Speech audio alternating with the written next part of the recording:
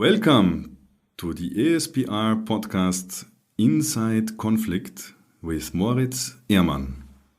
So in the first episode of our ASPR podcast series Inside Conflict, we're going to discuss the conflict in Sudan. And we will try to go as deep as possible into the topic. So over the past decades, since Sudan's independence, there have only been brief periods of relative stability.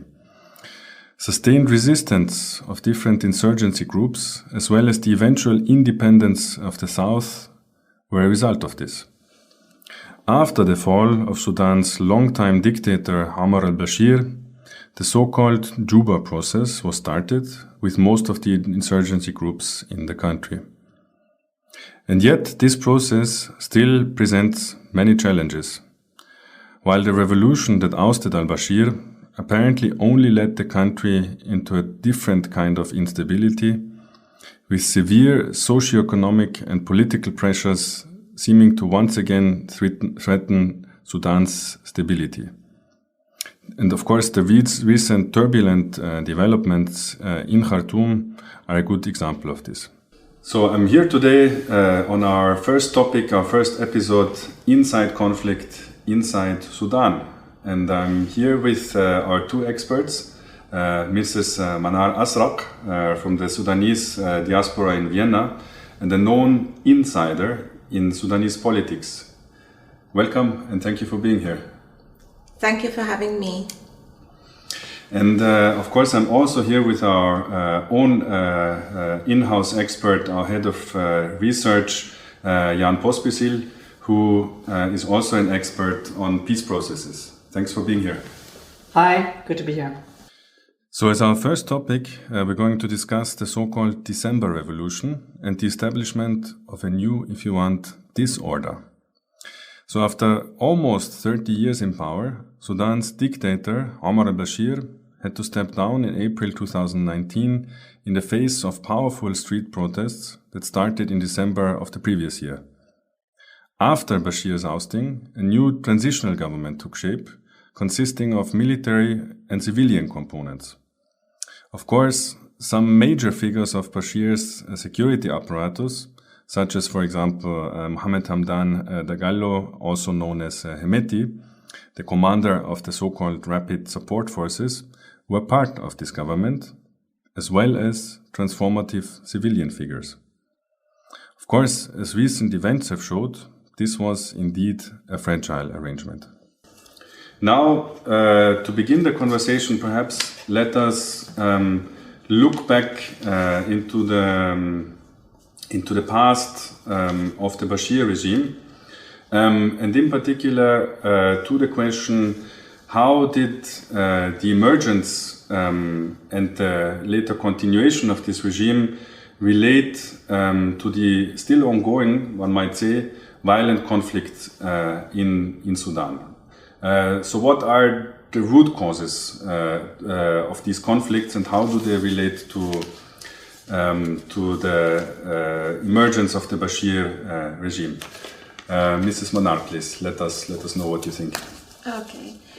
I think the root and the cause of the conflicts and the problems in Sudan as general has a variety of reasons, but one of the main reasons are the configuration and the formation of the Sudan as a colonial state in itself. Before, it used to be a variety of political communities, sultanates, and merchant kingdom. And after the independence and the declaration of Sudan, the war of Sudan, birth of Sudan, end of the 19th century and beginning of the 20th century, the political elite didn't acknowledge or address the challenges and the problem of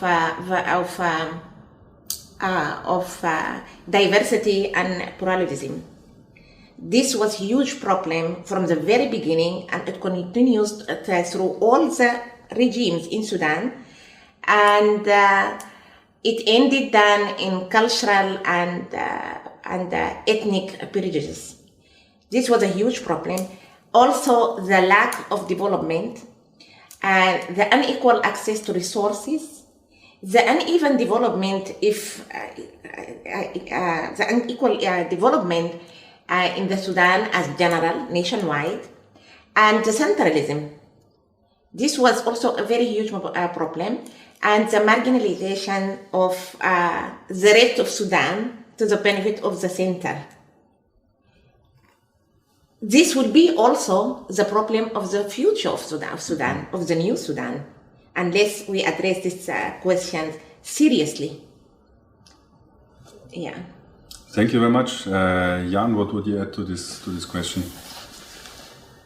I think also I would completely agree. And what is important to say that from basically the early 80s onwards, like the answer of the regime was not to invest so much into the development of the country, but try to solve this to manage the conflicts via a strong reliance on identity politics, particularly on Islam, and the establishment of an Islamist regime that came, like, paradoxically, even with a Republican president, like self-declared Republican President Hemetti, who, under pressure by the then Islamic Front, declared Sharia in the whole country, also in the south, which led basically to the establishment of the SPLA and the fight against the government on several kinds of fronts. And I think this is where the continuation is to the Bashir regime, because Bashir, though himself probably not the hardcore Islamist as a person, heavily relied on a collaboration with Hassan al-Turabi and others, and relied like as his backbone on Islamist politics, and therefore fueled the conflicts instead of really managing them. So one might say really quite a few elements that would lead any country into conflict. Manar, did you want to add something? I want to add to what Jan just said, the identity of the nation is still not verified since also the independence. This is also a huge problem, and the cultural,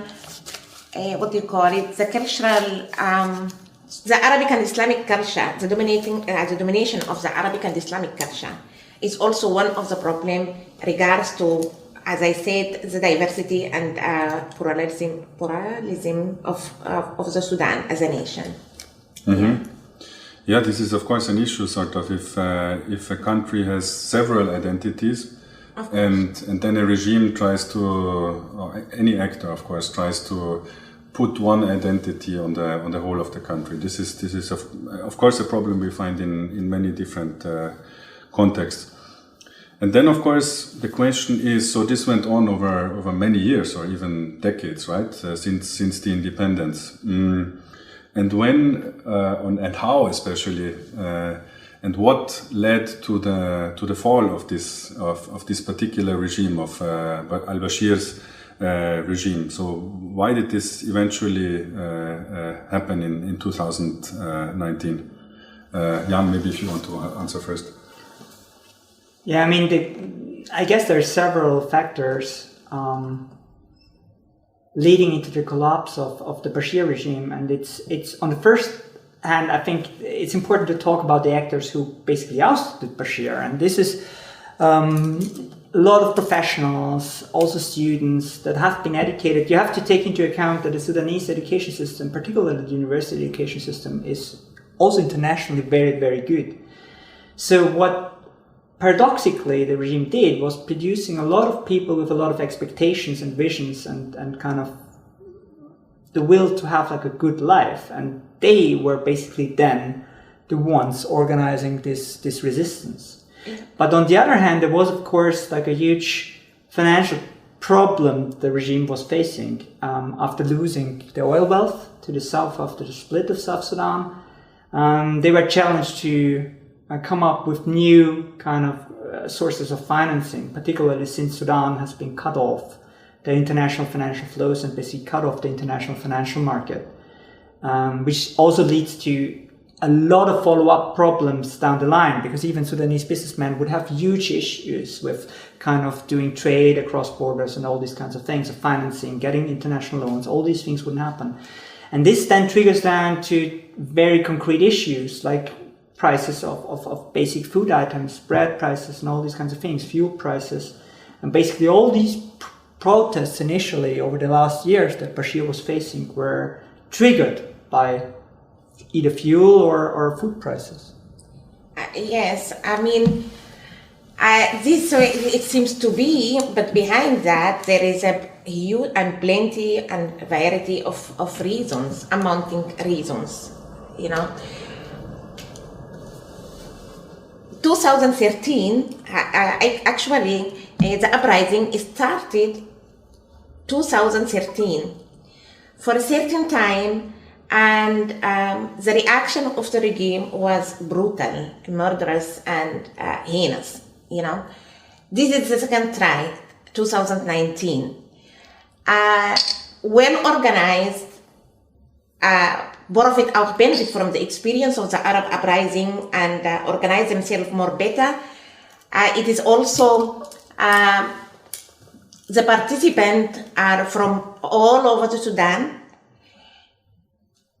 Students, workers, housewomen, you can, like everybody.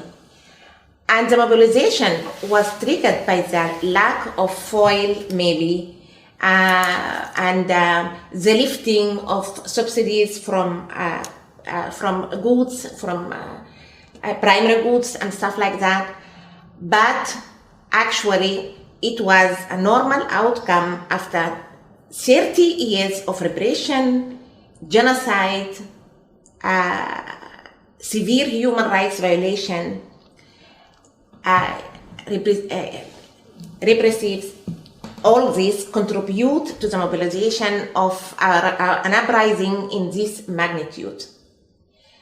Yeah. So, as usual, it was a sort of conglomeration of reasons that led to one event, one might say. So, a sort of general tendencies that had existed since, like you were explaining, since the beginning of, or since independence, one might say, this question of, yes, this unresolved question of identity, and then the answer, the very repressive answer of the regime throughout the decade. And then all the socio-economic reasons that at one point in time probably amounted to so much pressure on the people that that sort of very suddenly the regime that had been there for so long could no longer sustain itself. Yes. Yeah, and then of course the question is what came after. This is often the question, of course, in such transitional periods after a long period of dictatorship, and 30 years is, of course, a very long time. What happens after? And of course, we always hope that something better would come afterwards. So thinking of course, more participation of the people, democracy. That, of course, then in turn leading to better economic development. This is the assumption, of course. This is what we all hope for. But the question is this the reality? Or what came afterwards? And where, in what situation did it put the country? Manar, if you want to have a go.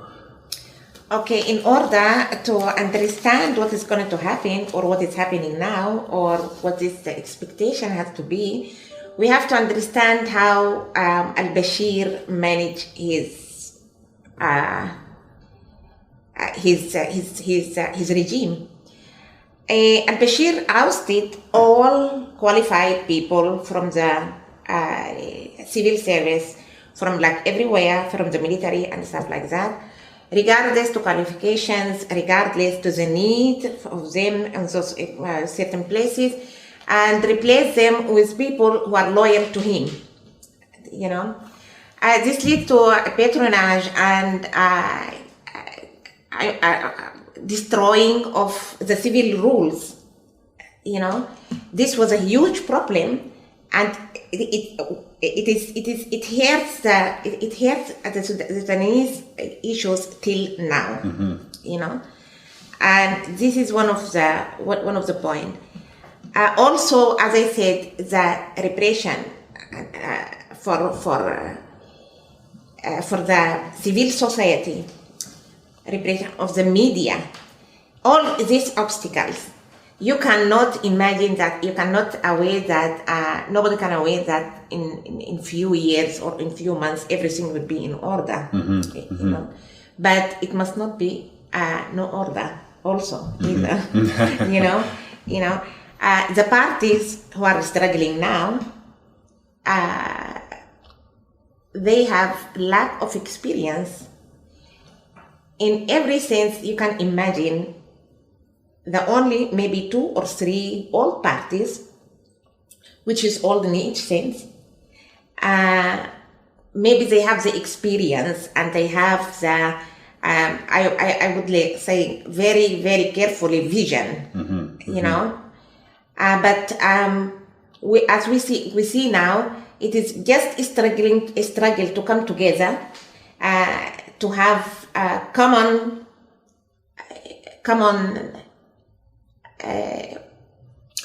direction, perhaps. Yes, common direction, maybe common direction and common point to start with, because we are just like running in a circle since 2.5 years.